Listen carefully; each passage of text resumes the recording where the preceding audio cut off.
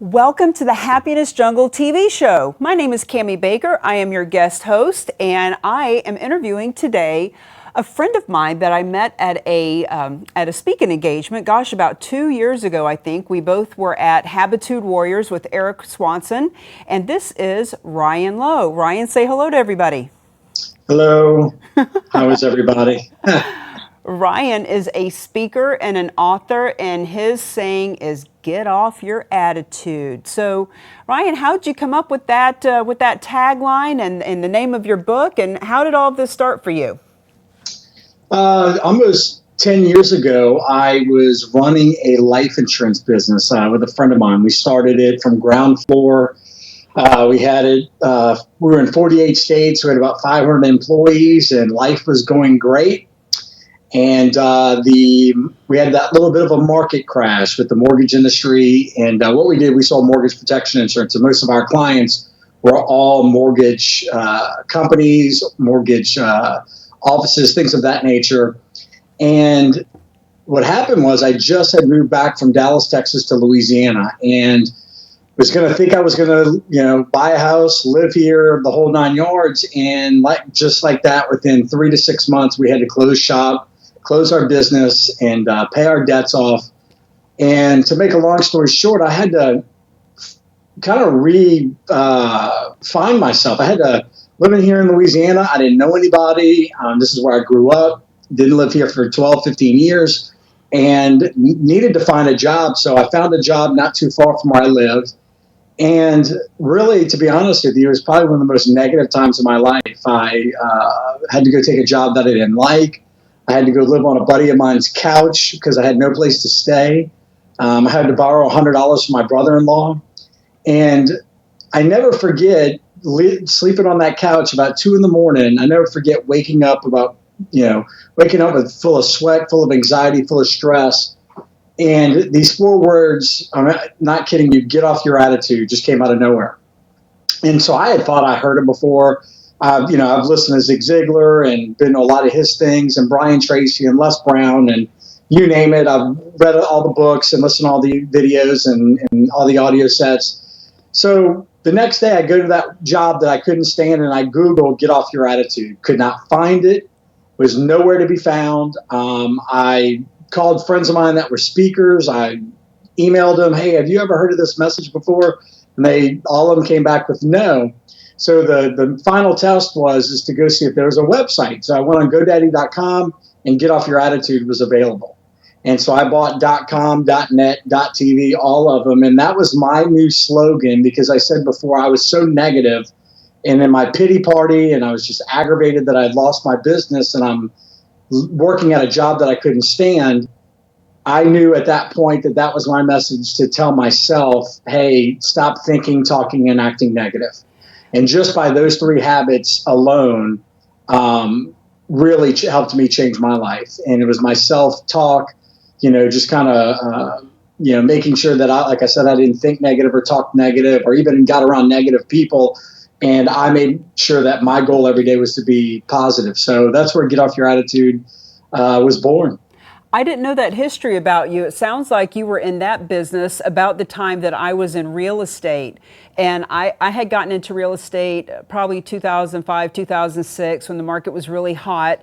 And I remember people saying, well, it's not going to be hot forever. It's cyclical. It goes up and down. And you may be rolling in the dough now, but you won't forever. And I thought, nah. And I bought a house at the height of the market, and I got hit pretty hard too. So I did, I wouldn't even think of all those little ancillary businesses that when the first domino falls, bam, they all go down. So that's amazing. So I have the same thing happen. I have my new book that will be coming out is Lead or Be Led, and I listen to a lot of Grant Cardone, and one of his is Sell or Be Sold, and he has a lot of stuff like that. So I thought, well, lead or be led, surely that's taken. But I did the same thing. I looked online, and nope, nowhere to be found was lead or be led. So that's how the universe gives us what we need. So tell me what you do with your message. Like, who are your perfect clients, and how do you share your message? Well, the cool thing is that before I got into the insurance business, and I was actually in the mortgage industry right before I was a VP of sales for a large national mortgage company. And that's how I got into the mortgage industry or the insurance industry. Before that, I traveled with Brian Tracy. And for 8 years, that's how I met Eric. For 8 years, I traveled the country teaching sales. And that's how I cut my teeth on becoming a speaker, not even knowing that. Just going out doing keynotes and doing trainings and speaking in front of organizations. So when I decided to write the book, Get Off Your Attitude, the only thing I really knew what to do was to go out and teach sales and talk to companies about sales. And then it kind of opened up the attitude lane for me. And then what happened was I started going out, as I do now. I go to associations, organizations, different groups around the country and speak about attitude. But then I can kind of tailor it to if someone wants me to talk to, leaders about attitude or salespeople about attitude. Or here's my newest one, or my two new things is I've done such a great job with companies and organizations, leaders and salespeople. They always ask me to come back and talk to either their customer service department or their operations team, all these different teams within the group or within the company. And the other thing is that it kind of spun off to now is positive culture.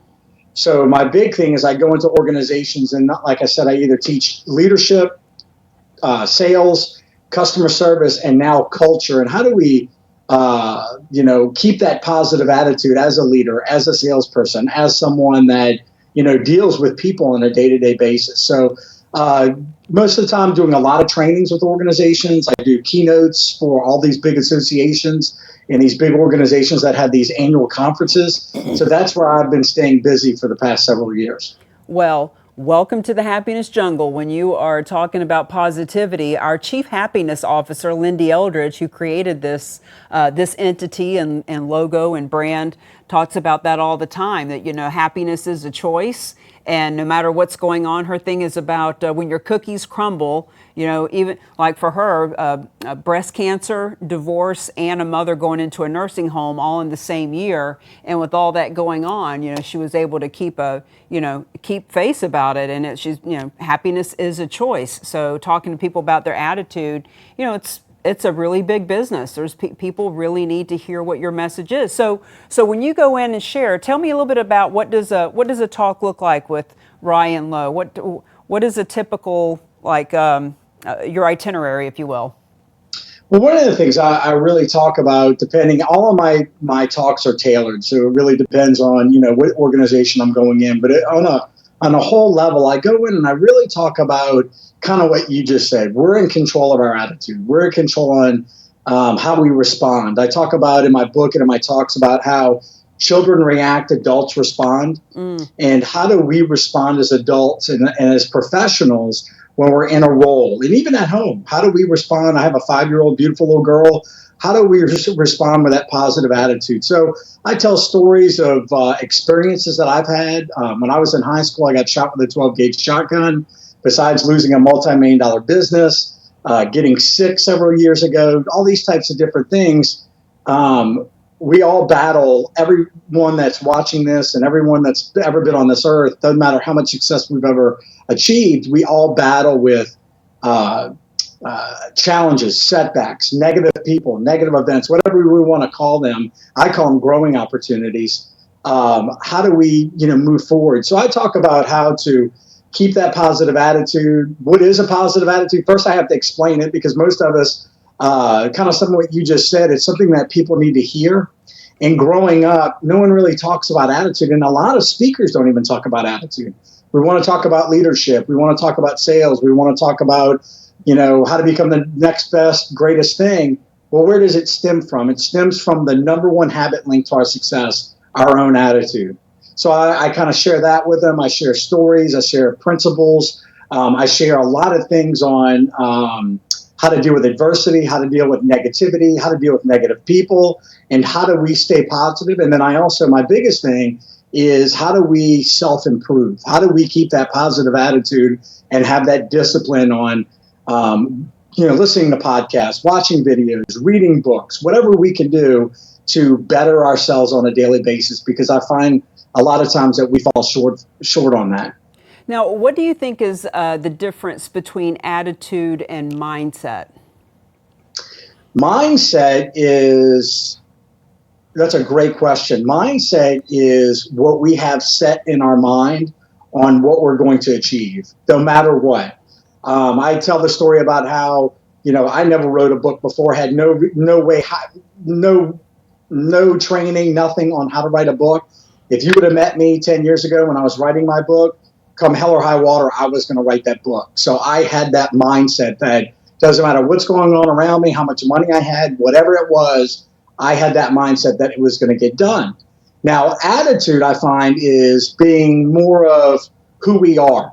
How do we respond to that negativity? How are we disciplined? How are we dedicated? How are we inspirational to others? How are we, it's kind of like a personality type thing. How do we keep that positive personality? How do we keep a smile on our face even when everything around us is falling apart? Well, I love the way that you made the differentiator there with those two different ways of thinking, with the mindset and the attitude.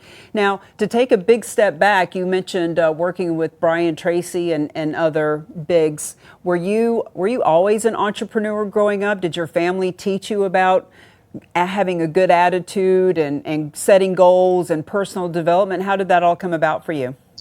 Well, it's funny you say that. So if you ask my parents these days or my brothers and sisters, they'll tell you that I had the worst attitude ever growing up. And I don't buy that, but I did have a little bit of that negativity. We're not born with it. Unfortunately, we get trained with it. And a lot of times I found myself hanging around with the wrong people or being at the wrong place at the wrong time. But one thing that my parents always had, always great family, great brothers and sisters, all that good stuff. The one thing I learned, though, that two things. My father worked for a company for 40 something years and retired with that company. My mother actually started with one piece of antique furniture in a consignment store. And with the help of my father, they built it to the largest antique store in the state of Louisiana. Wow. And my mother is always, and my dad's always been an entrepreneur pretty much. I mean, my mother, 100%, my dad, helping. But I did watch her grow her success, and I watched how she was able to live her life the way she wanted to live it. And I do give her a lot of kudos to her by teaching us. And what's funny is my brothers like that, my sisters like that, we're all like that. We have that entrepreneurial spirit.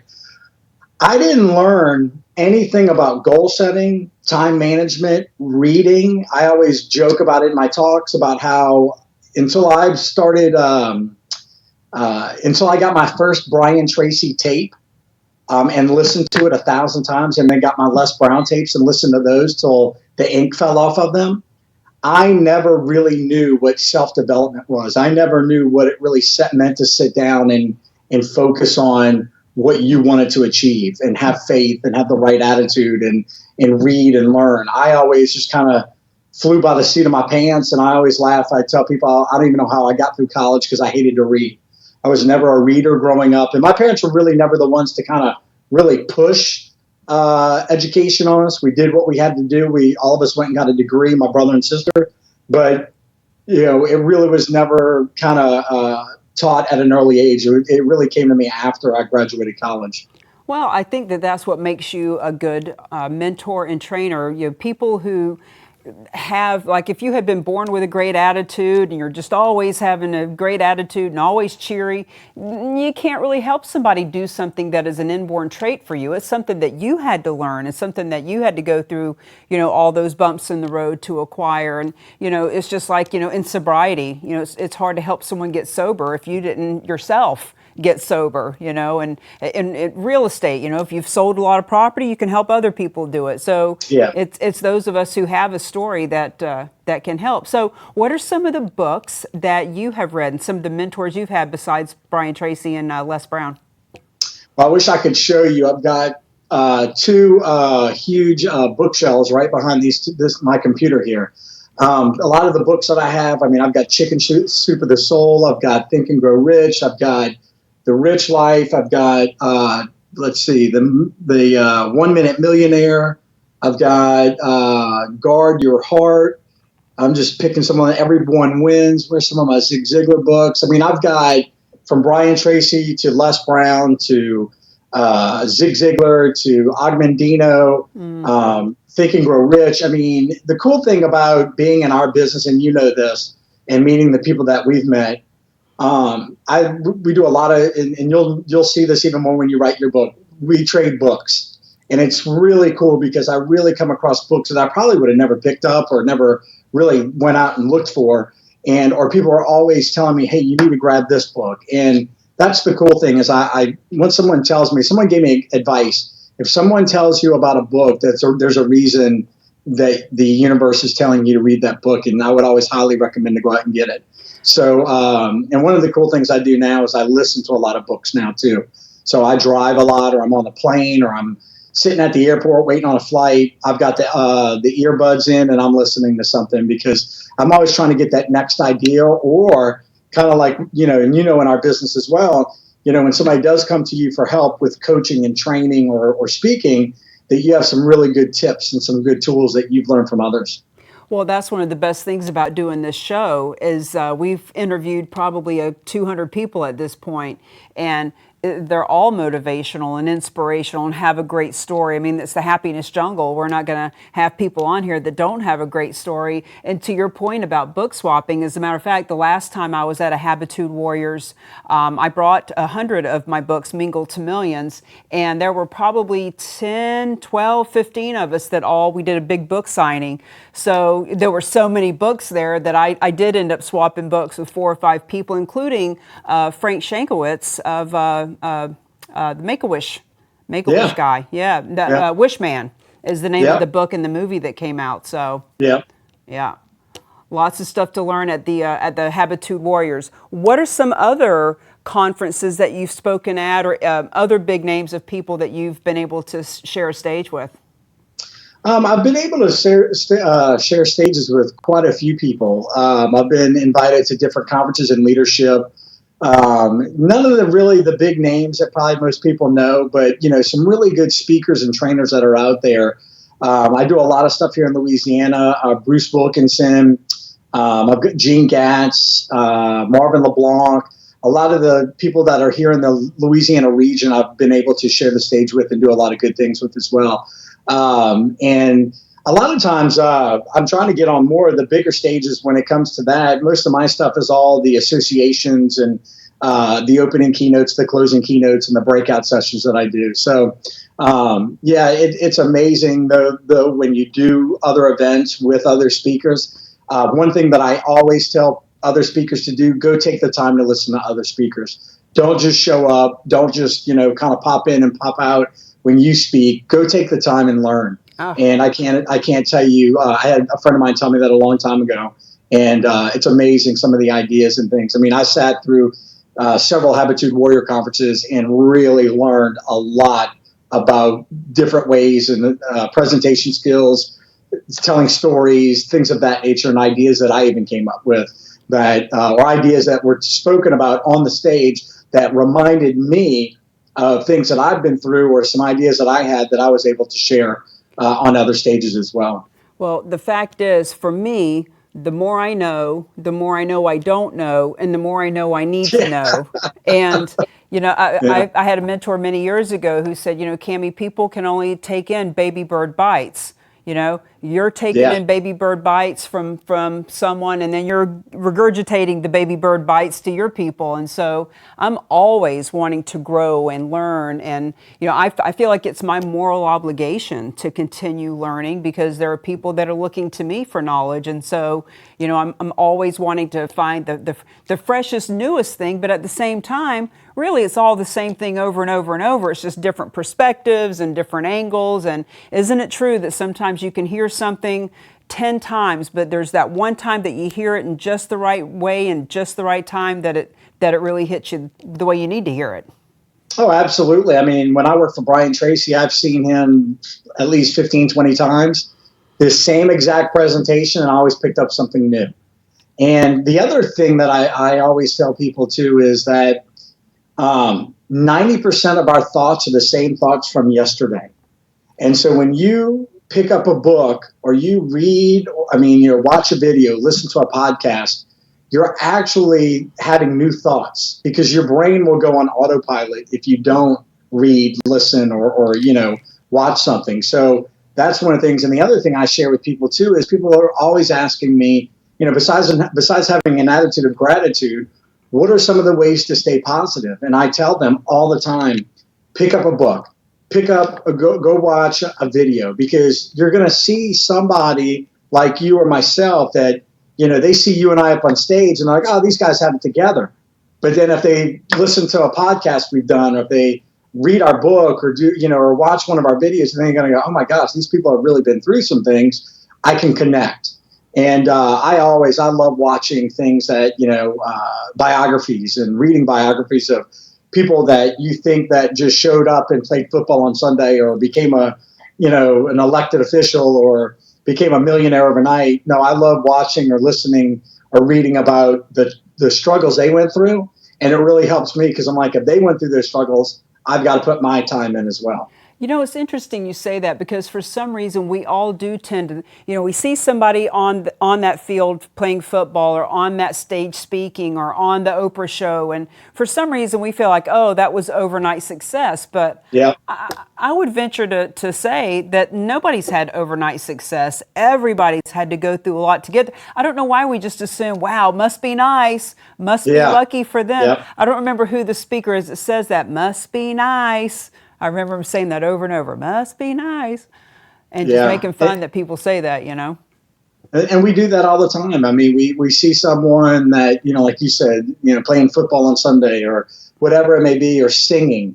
And then like I used to like watching VH1 Behind the Music, and learning about the bands that I loved, and seeing that they had to live in a van or live in an apartment with 10 of them in an apartment. You think they just got up on stage and they were an instant success.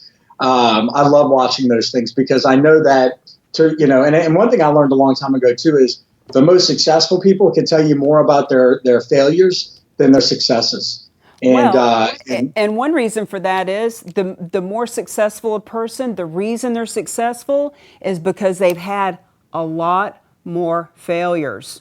I love John Maxwell's book, Fail Forward, because they say if you want success, the fastest way to success is to fail forward fast. It's the people that are afraid of looking bad and afraid of failure, that stay in their comfort zone, that don't achieve those great things for them to even be talking about. When I coach people on making phone calls, which God forbid somebody actually pick up the phone and call somebody anymore.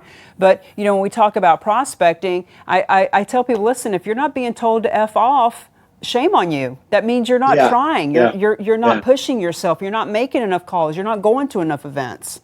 Yeah. And that's the thing I tell people too is that's actually how you create your attitude. When you're going from the negative circumstances back, when you're getting knocked down, are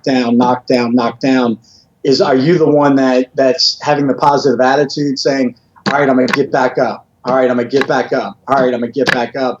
And those are the ones that are really training their attitude, because attitude's a habit. Most people don't realize that. They think it's something we're born with, or something. Like I said, my family jokes that I had the bad attitude, and I always tell them, well, now I know what both sides are. I had the bad attitude, now I have the great attitude. But even though, and you'll contest to this, even though you and I go out and teach this and coach this and try to help others, we've got our days. I've got my days sometimes where I'm like, I don't feel like making the calls. I don't feel like talking to no one. I wish I could just be on stage all the time. That's when I'm the happiest. But there's a lot of work to get on those stages. There's a lot of phone calls. There's a lot of marketing. There's a lot of time that you've got to put behind. What is it? They say, success is 90% preparation. The other's 10% execution. Yep. That's exactly what it is. It's not the flip side. Most of those guys, I'm a big sports fanatic. Most of those guys would love to just show up on Sunday and play football. They don't want to go to practice Monday through Friday in 100-degree heat and that kind of thing. So you've got to put your time in. Well, once you accept that, you know what they say when people ask you, what do you do? Really, the answer for you, myself, any coach, any mentor, any real estate person, any network, like any business, the real answer is, what do? I market. Yeah. Because Yeah, that's basically, yeah. Because Yeah. if you're not marketing, you can have the cure to cancer, but if people don't know you exist, you're not curing anybody. I want to give you the opportunity to say on camera the names of some people that you would like to be on their stage. I had a guy on a few months ago, and he was brilliant with this. He mentioned Gary Vee and Grant Cardone and people like that, and then he was able to pull out little bits and pieces of the show to make these posts on social media. You got 50,000 hits from saying the names of some people. So who would you like to give a shout out to that you'd like to be on their stage? Well, my biggest one would be Les Brown. Les Brown was been my, hands down favorite motivational speaker for years. Like I said, I've got a audio set tape that actually melted because it was in my car the whole time, and the ink fell off the sides of the tape. Les Brown's one that I've come very close a couple of times. I thought I had the chance to get on stage with him. You got Brian Tracy, you got Grant Cardone, you've got Gary Vaynerchuk, you've got Ryan Estes. There's quite a few of them out there that I really look up to still. And I'm like a little kid. It's kind of like somebody seeing their favorite baseball player. Those are the type of people that I follow. I listen to. You've got even people from the show The Secret. There's so many people that I think it's John. I always get his last name John wrong. Assaraf. Assaraf, that's it. Yeah, I'd love to meet him and sit down with him and say that. Say I'd love to meet John Assaraf. I'd love to meet John Assaraf. They even have Ed Milet. I don't know if you've seen his shows before. And then there's quite a few people on there that I follow that I really enjoy and would love to connect with. And even if I don't take a stage with them, I actually had a friend today, and I'd love to be on Grant Cardone's podcast. I'd love to get on a lot of these people's podcasts and learn and pick their brains and do the same exact thing. Well, the good news for you is now you can pull those little sound bites out of the show and you can put it on social media and have a chance of having them reach out to you. So we are at the end of the show, and the good news for you is the Chief Happiness Officer of the Happiness Jungle is personal friends with Les Brown. So I'll make sure that she knows that you would like to meet him and be on his stage. Ryan, it's been my pleasure to have you on. Thank you for being you. Thank you for getting off your attitude and for sharing the message that you share. You are definitely a message carrier, and I honor you for being here. Thank you. I appreciate that, Cami, and thank you for allowing me to share my message with all of your audience. It's really been an honor and a pleasure. Back at you, friend. Bye-bye.